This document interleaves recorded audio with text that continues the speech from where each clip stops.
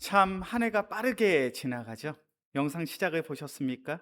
송구 영신 예배로 시작을 했습니다. 지금 우리의 모습처럼 2024년도를 마무리하고 2025년도를 시작할 때 송구 영신 예배로 시작을 해서 신년 부흥회를 갖고 귀한 임직자들을 세우고 또 지역 전도를 하고 문화교실과 여러 모양과 모습으로 우리가 얼마나 애쓰고 수고했는지 몰라요.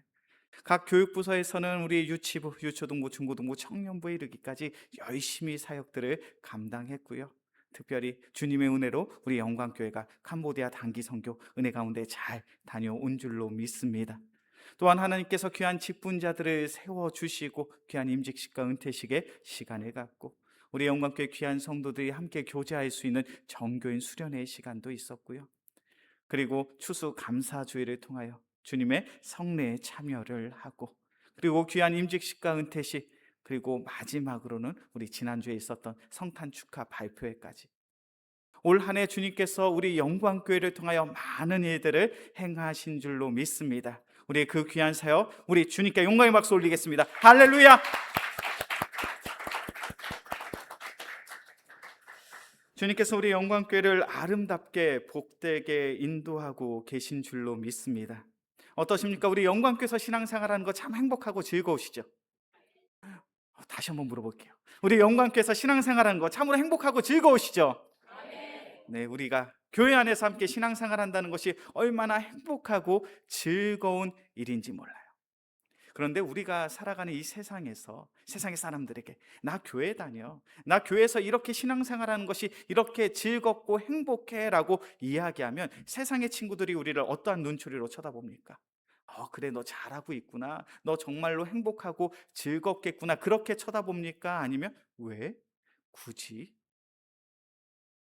어떠한 의구심과 어떠한 궁금증을 가지고 우리의 삶을 쳐다보고 있지는 않습니까? 우리의 신앙생활은 참으로 즐겁고 행복합니다. 그러나 세상의 사람들은 그런 우리의 마음을 크게 이해해 주지 못합니다. 오히려 신앙생활 하는 우리들을 어리석다라고 이야기하죠. 우리가 가지고 있는 열정, 우리가 가지고 있는 열심, 우리의 마음을 다하여 우리가 교회 나와서 신앙생활한 그 신앙생활을 비웃는 세상의 사람들이 얼마나 많은지 모릅니다. 요즘처럼 신앙생활하기 어려운 시대도 없는 것 같아요. 그리고 이 자리에 나오신 우리 귀한 성도님들, 교회 안에선 이렇게 웃으시면서 감사함으로 평안함으로 신앙생활을 하고 있는데 정작 우리의 삶은 어떠합니까? 요즘 목사가 매 새벽마다 우리 성도님들의 이름을 놓고 기도하고 있습니다. 참 힘들고 어려운 상황 속에 놓인 성도님들이 적지 않아요. 뜻하지 않은 사고, 뜻하지 않은 질병으로 어려움을 겪고 계신 성도들이 있습니다. 내가 사랑하는 가족이 큰 병에 걸려서 병약해가는 그 모습을 바라보며 힘든 시간을 보내고 계신 분들이 있어요. 내 마음속에 큰 상처와 아픔이 있습니다. 그리고 이 상처와 아픔이 깊은 우울감으로 찾아. 그래서 하루하루를 살아가는 것이 참 버거운 그런 분들이 있어요. 우리 영광교회 귀한 청년들 얼마나 밝은 모습으로 신앙생활을 하고 있는지 몰라요. 그런데 이야기해보면 마음속에 큰 걱정과 두려움이 있습니다. 목사님, 취업이 쉽지 않습니다. 목사님, 저의 진로를 모르겠습니다. 목사님, 제가 앞으로 어떻게 살아가야 될지 잘 모르겠어요. 우리가 교회 안에서 신앙생활을 할 때는 참으로 기쁘고 행복한 순간들이 있는데 정작 세상 속으로 나아갈 때는 우리의 삶 가운데 내가 감당할 수 없을 것만 같은 그러한 시련이, 그러한 어려움이 우리의 삶 가운데 놓여져 있습니다. 그래서 때론 우리는 너무나도 좌절이 되고 너무나도 절망이 되는 그러한 순간순간들을 맞이할 때가 있죠. 그런 마음과 심령을 가지고 예배 자리에 나와 우리는 이렇게 간구합니다. 주님이 정말로 살아계시다면 왜 나의 삶이 이렇게 괴로워야 됩니까? 주님이 정말로 살아계시다면 내가 왜 이런 어려움을 겪으며 이러한 고난 속에, 이러한 시련 속에 살아가야 됩니까? 그러한 고난, 그러한 어려움, 그러한 시련 속에 있는 우리들에게 오늘 본문의 말씀을 보면 성경 우리에게 이렇게 증거하고 있습니다. 이사야 43장 19절의 말씀이에요. 이사야 43장 19절의 말씀 함께 봉독합니다. 보라, 내가 새 일을 행하리니 이제 나타낼 것이라. 너희가 그것을 알지 못하겠느냐. 반드시 내가 광야의 길을, 사막의 강을 내리니. 우리가 믿고 우리가 사랑한다 고백하는 그 하나님은 어떠한 하나님이십니까? 보라, 새 일을 행하시리라. 우리가 믿고 우리가 사랑하는 하나님은 새 일을 행하시는 능력의 하나님이신 줄로 믿습니다. 하나님께서 행하시는 그 새 일은 어떠한 것입니까? 오늘 본문의 말씀을 보니까 내가 광야의 길을 내며 사막의 강을 낼 것이다. 우리들에게 있어서 광야나 우리들에게 있어서 사막은 크게 와닿지 않는 그러한 공간입니다. 그런데 당시 성경의 배경이 되고 있는 이스라엘 백성들에게 사막, 광야는 어떠한 공간입니까? 상상해 보면 그렇죠. 광야와 사막에서 살아가는 그들에게 이 광야와 사막은 죽음의 땅입니다. 이 광야 땅, 이 사막의 땅에는 생명이 없죠. 그곳에는 길이 없습니다. 방향을 가늠할 수가 없어요. 나의 생명을 지킬 수 있는, 나를 보호할 수 있는 그 최소한의 방법, 수단이 없는 곳이 바로 사막이고 광야입니다. 그래서 만약에 사막에서, 광야에서 낙오되었다면 그 사람은 죽은 목숨이겠죠. 그런데 하나님이 말씀하십니다. 나는 그 광야 땅에 길을 내는 하나님이야. 아무것도 없는 그곳에 내가 길을 내므로 너희는 그 길을 따라 살아갈 수 있어. 나는 그 사막 땅에 강을 내는 존재야. 그 생명의 강을 통하여 너희는 생명을 지킬 수 있지. 우리 영광교회 귀한 성도님들, 광야의 길을 내시고 사막의 강을 내시는 그 능력의 하나님을 신뢰할 수 있는 귀한 믿음의 성도들이 되어지길 주의 이름으로 간절히 축원합니다. 우리가 오늘도 이렇게 신앙생활을 할 수 있는 이유, 한 해를 마무리하고 새해를 시작함에 있어서 예배함으로 하나님을 믿고 신뢰함으로 나아갈 수 있는 그 이유는 내가 믿고 내가 사랑하는 그 하나님이 지금도 살아 역사하시기 때문인 줄로 믿습니다. 세상의 사람들이 신앙생활하는 우리들을 무엇이라고 조롱합니까? 너희가 믿는 그 하나님이 어디에 있느냐? 너희가 믿는 그 하나님이 정말로 살아계시다면 우리의 인생 가운데 나타나게 해봐라. 그렇게 세상의 사람들이 조롱하잖아요. 그런데 능력의 하나님 정말로 살아계신 줄로 믿습니다. 그 살아계신 하나님께서 우리의 삶을 지금도 아름답게 복되게 인도하고 계신 줄로 믿습니다. 그래요, 그 하나님께서 우리가 전혀 예상할 수 없는, 상상할 수 없는 그 놀라운 방법으로 새 일을 행하고 계시는 줄로 믿습니다. 저는 신앙생활을 하면서, 저는 목회를 하면서 이러한 고백을 종종 자주 하죠. 지금도 우리의 삶 가운데는 기적이 있습니다. 믿으십니까? 지금도 우리의 삶 가운데는 기적이 있는 줄로 믿습니다. 새 일을 행하시는 그 하나님의 인도하심을 통하여 우리의 삶 가운데 전혀 내가 상상하지도 못했던, 예상하지도 못했던 놀라운 일들이 바로 하나님의 은혜로 우리의 삶 가운데 나타날 줄로 믿습니다. 제가 서울에서 부교육자로 사역할 때, 제가 서울에서 사역했을 때 제가 섬겼던 교회는 이대 앞에 있었습니다. 제가 그 교회에서 사역을 하는데 그 교회 장로님이 배가 너무 아프고 또 혈변을 보셔서 병원에 가셨어요. 몸이 안 좋아서 신촌 세브란스 병원, 우리나라에서 가장 좋다고 이야기하는 그 병원에 찾아가셨어요. 그 병원에 찾아갔더니 그 병원에서 이렇게 이야기합니다. 선생님은 대장암 3기에 걸리셨습니다.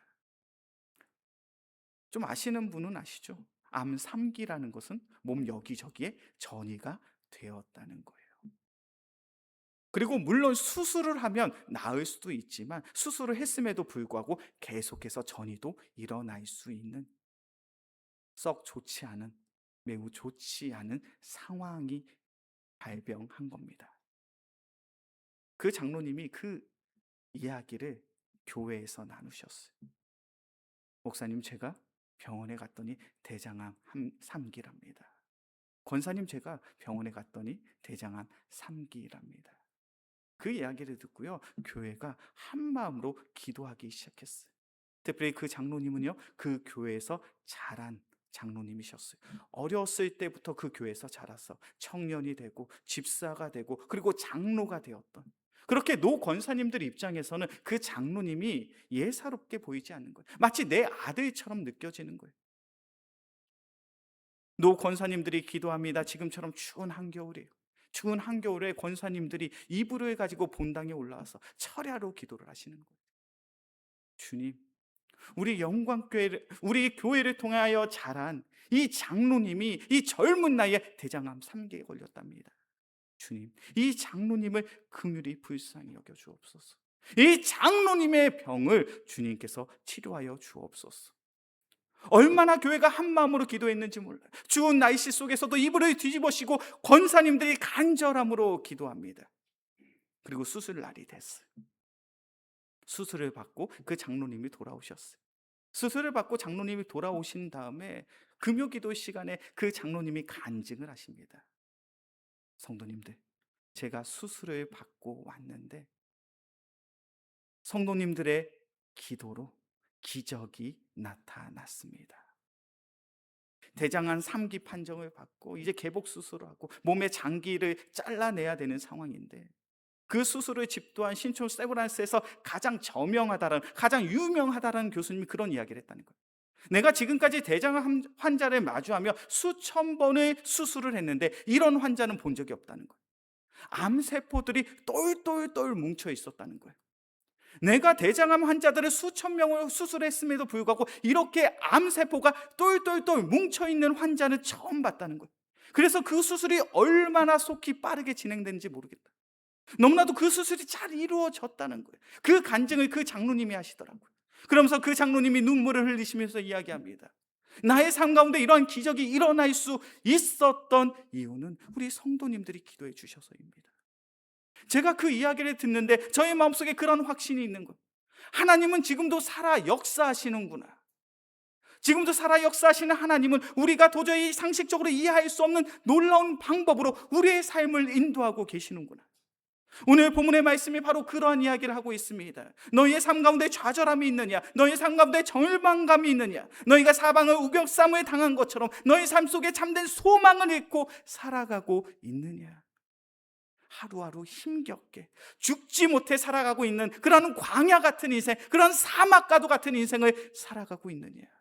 그런데 놀라운 것은 하나님께서는 우리의 삶 가운데 새 일을 행하시는 하나님이시니, 광야의 길을 내시고 사망의 강을 내시는 그 하나님이 너와 함께 하시는데 너희가 무엇을 걱정하고 무엇을 염려할 수 있겠느냐?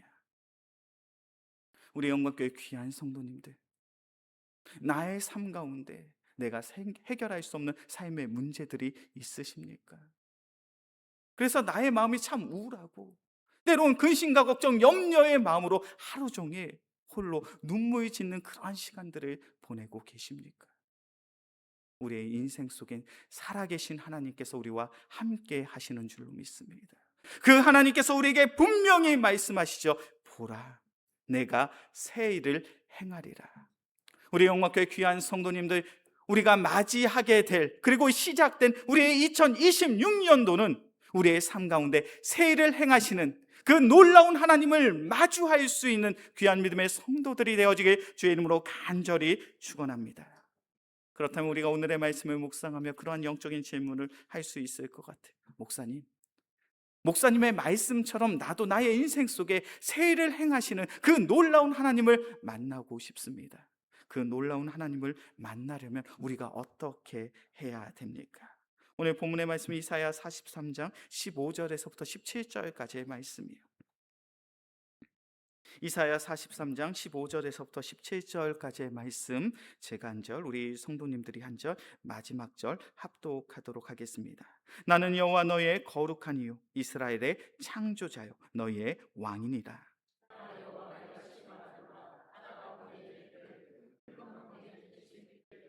함께 봉독합니다. 병과 말과 군대의 용사를 이끌어내어 그들이 스에 엎드려져 일어나지 못하고 소멸하기를 꺼져가는 등불기 하였느니라. 아멘. 이사야 43장 15절부터 16절까지의 말씀을 보면요, 하나님께서 이스라엘 백성들에게 이렇게 말씀하십니다. 너희 이스라엘 백성들 한 가지의 것들을 생각했으면 좋겠어. 내가 너희의 삶 가운데 새 일을 행할 건데 너희의 삶 가운데 하나님의 놀라운 행하심이 언제 있었는지 한번 생각해 봐. 그러면서 16절과 17절의 말씀을 보니까 새 일을 행하시는 놀라운 하나님의 능력, 은혜, 어떠한 사건을 지금 설명하고 있습니까? 16절과 17절의 말씀 보니까 어떤 사건이에요? 어떤 사건입니까? 이스라엘 백성이 홍해를 건너는 그 사건의 이야기잖아요. 우리가 너무나 잘 알고 있는 이야기입니다. 하나님의 전적인 은혜로 이스라엘 백성, 애굽의 종으로 살아갔던 이스라엘 백성이 자유함을 얻어서 이제 약속의 땅으로 나아갑니다. 그래서 하나님의 말씀 부르심에 순종해서 하나님이 지시한 그곳으로 갔더니 앞에는 뭐가 있습니까? 바다가 있어요. 홍해 바다가 있습니다. 뒤에는 무엇이 있습니까? 애굽의 병사들이 이스라엘 백성을 죽이기 위하여 추격하고 있어요. 그 절망되는 상황 속에 하나님이 어떠한 일을 행하셨습니까? 그 홍해 바다를 가르셨잖아요. 그 홍해 바다를 가름으로 말미암아 이스라엘 백성은 그 바다를, 그 강을 건널 수 있었고, 이스라엘 백성을 추격했던 애굽의 병사들은 그 강가에 함몰되어 죽게 되는 그 사건. 하나님께서 이스라엘 백성을 향하여 이렇게 말씀하십니다. 나는 새 일을 행하는 하나님이신데 새 일을 행하는 하나님을 주목할 때 너희가 기억해야 될 사건은 바로 이 홍해의 사건이에요. 어떻게 이스라엘 백성이 이처럼 놀라운 기적을 체험할 수 있었는지 그 이유를 너희가 분명히 기억하라는 거예요. 홍해의 사건 가운데 하나님의 이 놀라운 기적을, 은혜를 이스라엘 백성이 체험할 수 있었던 이유가 어디에 있었을까요? 우리 말씀을 한번 찾아볼까요? 출애굽기 14장입니다. 출애굽기 14장 10절에서부터 14절까지의 말씀이에요.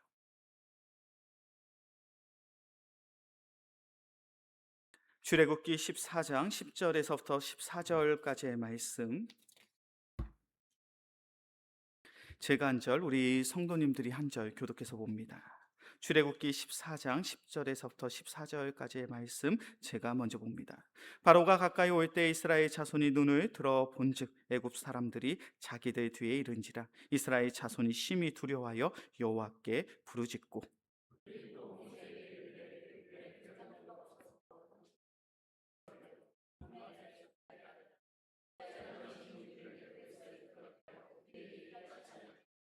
우리가 애굽에서 당신에게 이른 말이 이것이 아니냐? 이르기를 우리를 내버려 두라. 우리가 애굽 사람을 섬길 것이라 하지 아니하더냐? 애굽 사람을 섬기는 것이 광야에서 죽는 것보다 낫겠노라.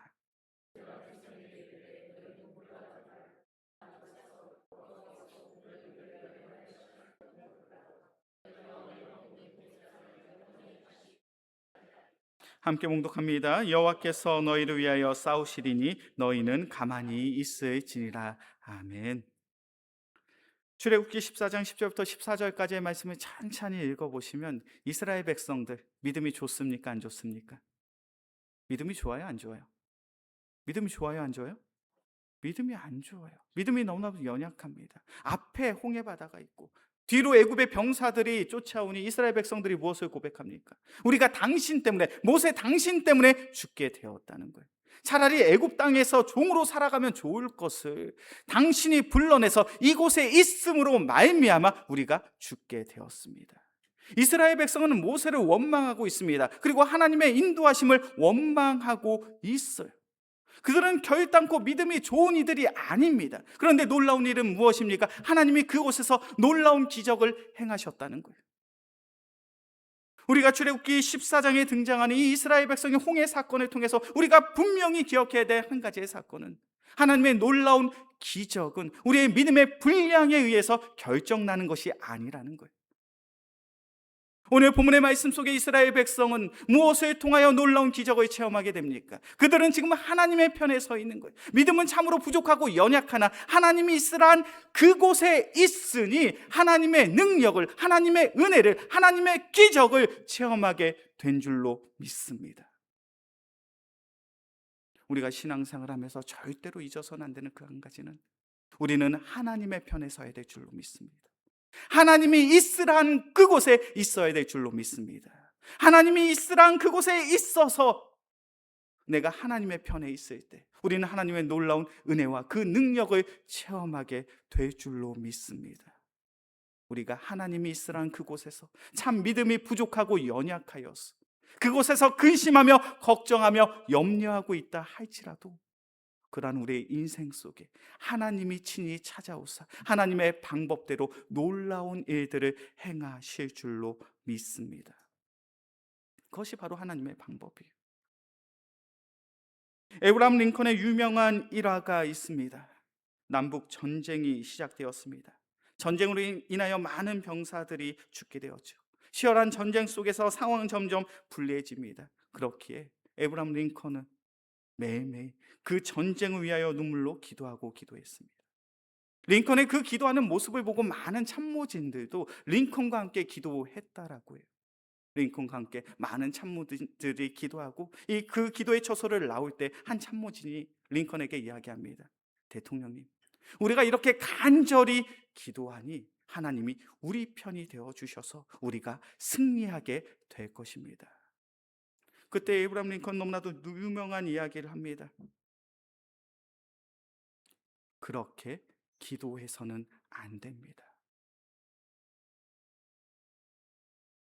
그렇게 기도하지 마십시오. 하나님이 나의 편이 되어달라고 기도하지 말고 우리가 하나님의 편에 서 있게 해달라고 기도하십시오. 그때 우리는 승리하게 됩니다. 우리의 신앙의 고백 가운데 가장 중요한 고백이 무엇입니까? 나의 인생을 누구에게 맡기는 거예요? 우리의 인생을 하나님께 맡겨야 될 줄로 믿습니다. 그것이 바로 하나님의 편에 서는 자들의 모습이에요. 우리가 신앙생활을 하면서 가장 쉽게 범하는 실수가 무엇입니까? 나의 인생은 누가 계획해요? 나의 인생 누가 계획합니까? 내가 계획하죠. 나의 인생을 내가 계획해서 내가 설계하고 내가 그 목표, 그 꿈을 이루기 위하여 우리가 얼마나 최선을 다하는지 몰라요. 그러면서 우리는 기도합니다. 하나님, 나에게 이런 계획이 있습니다. 나는 나의 인생 속에 이러한 모습들이 있기를 원합니다. 그러니 하나님께서 나의 인생을 도와주옵소서. 우리가 그렇게 기도하는 것은 우리가 하나님의 편에 선 자의 모습이 아니에요. 우리가 하나님의 편에 선다는 것은 무엇입니까? 하나님의 뜻을 물을 수 있어야죠.